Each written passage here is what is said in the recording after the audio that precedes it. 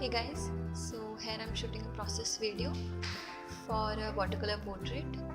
I have my reference picture on my laptop and here I have some materials. First I have some colors. First is Crimson Lake.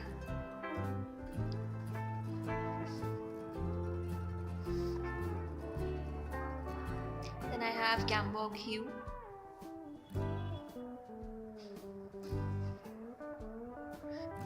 Next I have Burnt Sienna.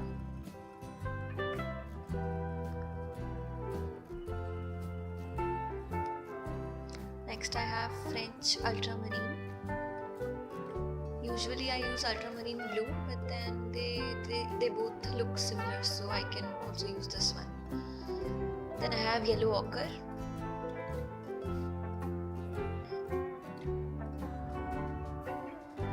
This tube is a bit old, so the color has dried up a bit.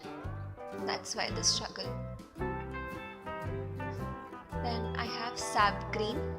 The color coding on the tube is not very accurate, so the original color looks very different. So there's a bit of a mistake there by Camel. Then lastly I have Prussian Blue. And I have some round brushes, water and a cloth to wipe off my brushes. This is the sketch.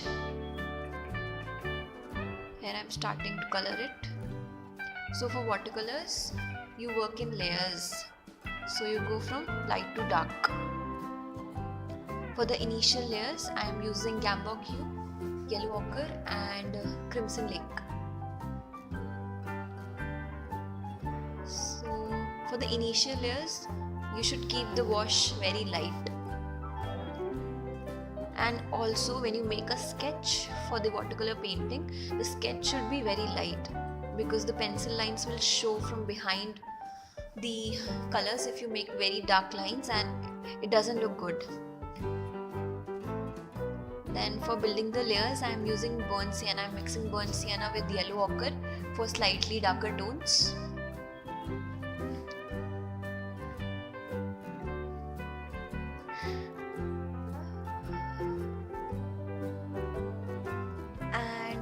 In watercolors, you don't need white and black, because for white you can use the white of the paper itself, and for black I'll tell you later what you can do for the darker tones. For painting the hair and beard, I am using a very thin brush, a fine brush.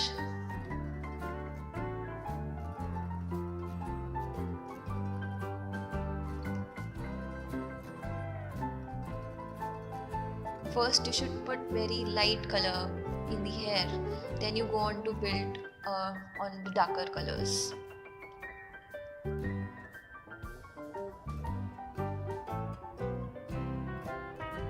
And it's better if you cover most of the drawing with lighter washes, because even if in the later stages you leave some area, then it wouldn't be white and some color will show up.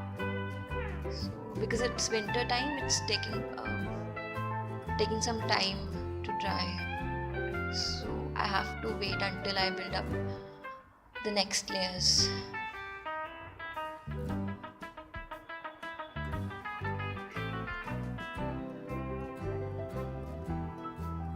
For darker areas, you need a very saturated color, so you don't need to mix much water. You should mix less water if you want the color to be darker.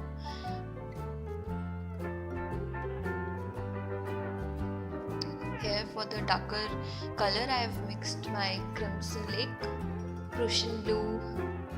You can mix some Ultramarine Blue or French Ultramarine and some Sap Green, because if you have looked at a picture, then you know that where there is hair, you can see some green color there. So you can mix some Sap Green for that.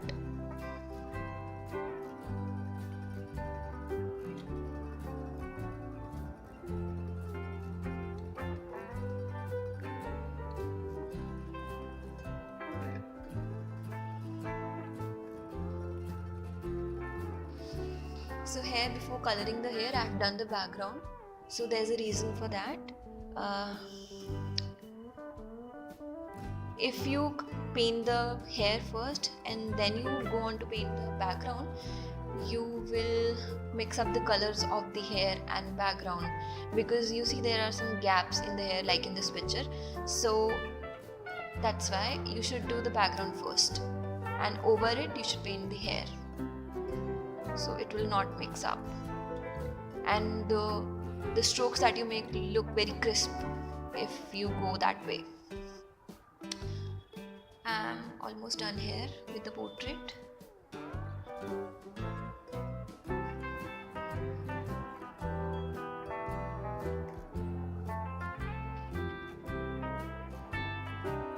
I like the portrait to be very detailed, so I put in as much detail as I can.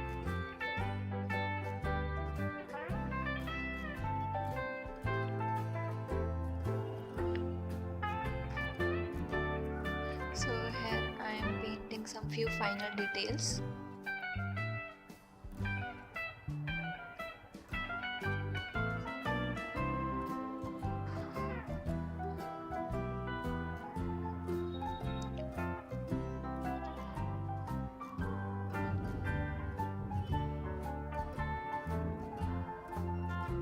The thing about every painting is that you need to make sure that you don't overwork your painting, otherwise you will mess up the painting basically.